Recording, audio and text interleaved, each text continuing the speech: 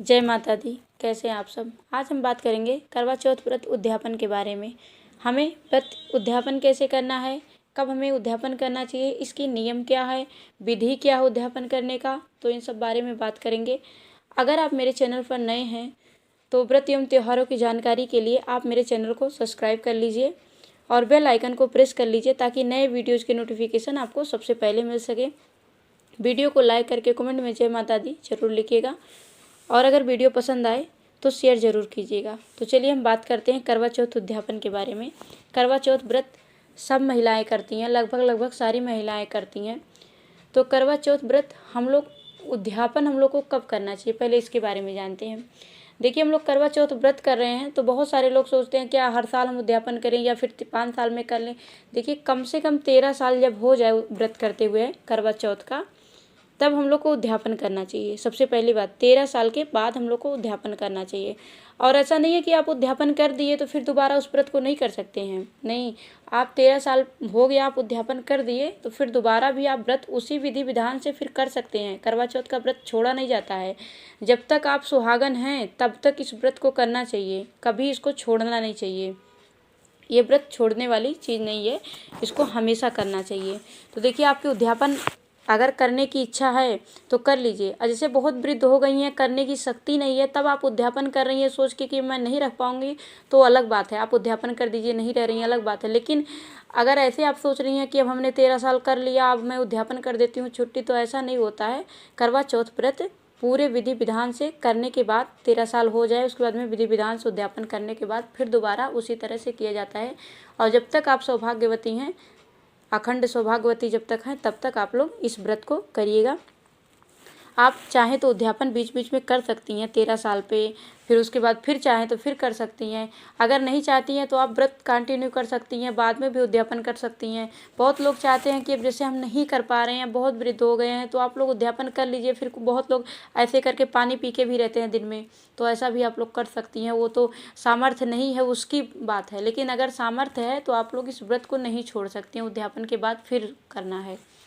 तो चलिए, उद्यापन के बारे में हम लोग जान लिए। अब हम बात करते हैं करवा चौथ का उद्यापन हमें कैसे करना चाहिए। सबसे पहले हम लोग क्या करेंगे, एक थाली लेंगे। थाली में 13 जगह 4-4 पूड़ियाँ रखेंगे और उसके ऊपर हलवा रखेंगे। पूड़ी हलवा रखा जाता है। 4-4 पूड़ियाँ रखेंगे और सबके ऊपर हलवा रखेंगे। उसके बाद में उसके ऊपर एक पत्तल रखेंगे और पत्तल के ऊपर हम 5 वस्त्र रखेंगे। 5 वस्त्र रखने के बाद उसमें श्रृंगार की सामग्री 16 श्रृंगार की सामग्री रखेंगे और हाथ में कंपोल, चावल, हल्दी हाथ में लेकर घुमाया जाता है। जब हाथ में लेके और ऐसे घुमाया जाता है पानी लेकर, और घुमाने के बाद में घुमाया जाता है और संकल्प लिया जाता है।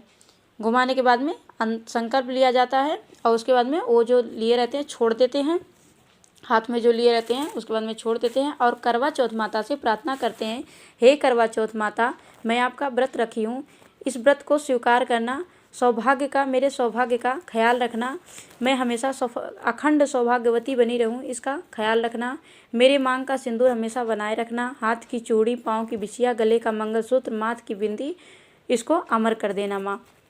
ऐसा हम लोग क्या कामना करेंगे माता जी से। जो मैं अर्पण कर रही हूँ, जो भी सामग्री आप लोग अर्पण कर रही हैं, 5 वस्त्र 16 श्रृंगार की सामग्री अर्पण कर रही हूँ, इसको स्वीकार करना और चुनरी मेरी लाल हमेशा बनाए रखना। ऐसा माता से प्रार्थना करनी चाहिए। और जो थाली है वो थाली आप सास को अपने दे सकती हैं, सास को देना चाहिए। अगर सास नहीं है तो आप किसी भी सौभाग्यवती महिला को दे सकती हैं, वृद्ध महिला को देना चाहिए, वृद्ध महिला को देना चाहिए। कोई भी वृद्ध महिला है, अखंड सौभाग्यवती हैं, तो सौभाग्यवती महिला को ऐसे सास को देना, सास नहीं है तब किसी को और देना चाहिए। तो इस तरह करना चाहिए। अब बहुत सारे लोग देखिए, अखंड ये करने के बाद आप लोग को ब्राह्मण को खिलाना है। बहुत सारे लोग सोचते हैं कि करवा चौथ माता का व्रत है तो हम औरतों को खिला दें, औरतों को केवल बुला के उद्यापन कर लेते हैं और खिला देते हैं। ऐसा नहीं, इसमें ब्राह्मण का होना करवा चौथ व्रत में बताया गया है कि ब्राह्मण का होना बहुत जरूरी है। ब्राह्मण के साथ ब्राह्मणी होना चाहिए, सुहागन महिला उनके साथ, ब्राह्मण के साथ ब्राह्मणी होनी चाहिए, दोनों साथ में होना चाहिए।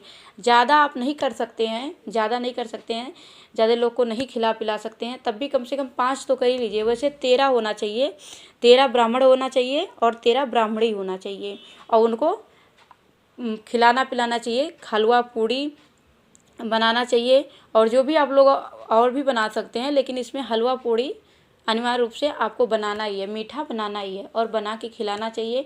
और ऐसा नहीं कि आप लोग अपने देवरानी जेठानी अपने बुआ इनको बुला ली और कह दी सुहागन महिलाएं मानी गई, ऐसा नहीं होता है इसमें आप ब्राह्मण और ब्राह्मणी को ही बुलाना है, अपने घर की नहीं मान्य होगा, अपने घर की ननद बुआ ये सबको बुला के मान्य नहीं होगा, बाहर के ब्राह्मण और ब्राह्मणी को बुलाना चाहिए।